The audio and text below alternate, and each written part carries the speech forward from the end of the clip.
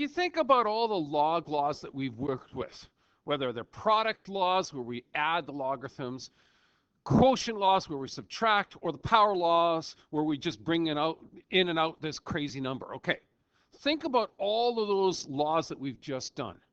Now let's combine those laws to do one important thing: evaluate.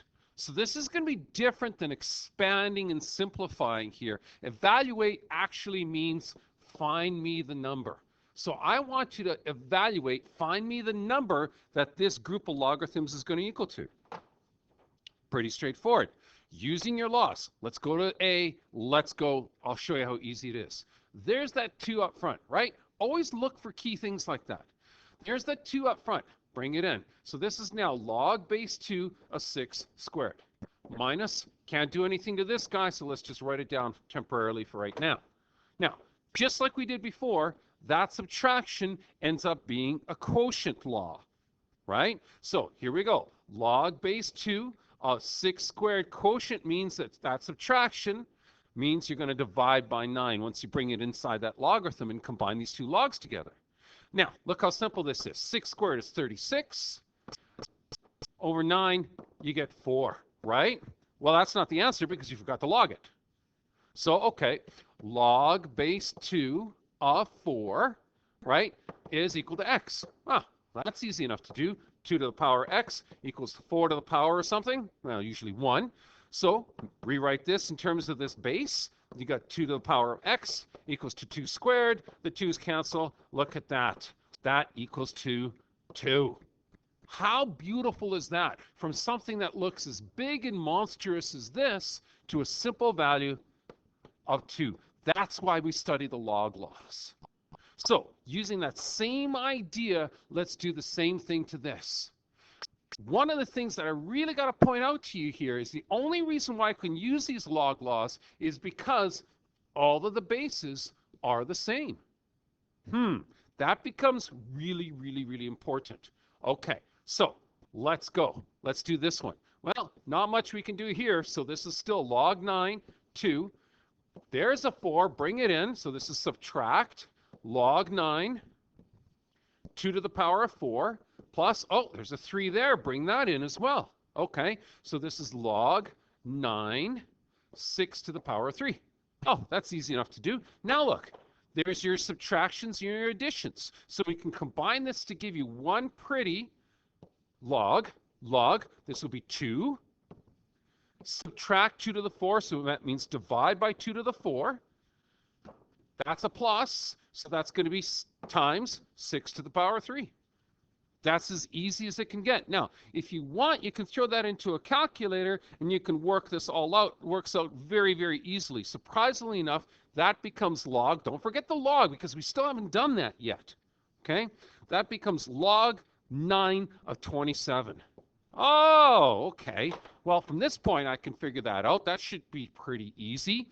9 to the power of, well, that's got to equal to some sort of value. So 9 to the power of x equals to 27.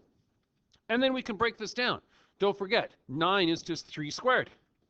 That's x. 27, 3 cubed. So in fact, you get, well, guess what?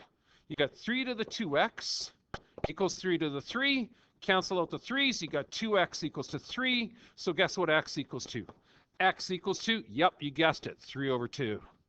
Beautiful. Look at that. Isn't that pretty? And again, it's nothing too crazy. You're just using the log laws. Okay. Let's keep on going. Let's look at C. Same idea. Look how the bases match. Look at that this is 3 and that is 3. So if those are 3, you can do all kinds of wonderful things to this. Notice that sure enough, there's powers, but the powers already been brought in. The powers are fine. That's no whoop. But now, subtraction. Log base 3 of 27 over 3 over 81 to the 4. Now, most people would go crazy here. Most people would go into their calculators, put 27 to the power 3, get some sort of astronomically huge number. They'd put it 81 to the power 4, and again, get some astronomically huge number. You know what? Let's just simplify this. Let's be smart. Let's be smart. 27, you know, is 3 cubed. So this is 3 cubed to the power of 3 over 81 is actually 3 to the power of 4. And you already have a 4 out here. So check this out. Is this not the same as saying then log base 3 of 3 to the power of 3 times 3, which is 3 to the power of 9, over log 3 to the power of 4 times 4, which is to the 16. Really cool, right? All right, so how do we do this now? Well, simple grade 10 exponents. This would be 9 minus 16. So this would be log base 3 of 3. 9 minus 16 is minus 7. Oops, there we go. Okay, let that equal to x. So 3 to the power of x equals to this guy, 3 to the power of negative 7. Cancel out the 3's, x equals to negative 7. Is that ever pretty or what? Look at that. Now, I got one more question to do. That's D, but I have nowhere to write it, so hold on. Yep, podcast magic, I tell you. All right, let's deal with this one again. Now, check this out. Again, deal with the powers that up front. Bring it in so that we're dealing with one complete logarithm.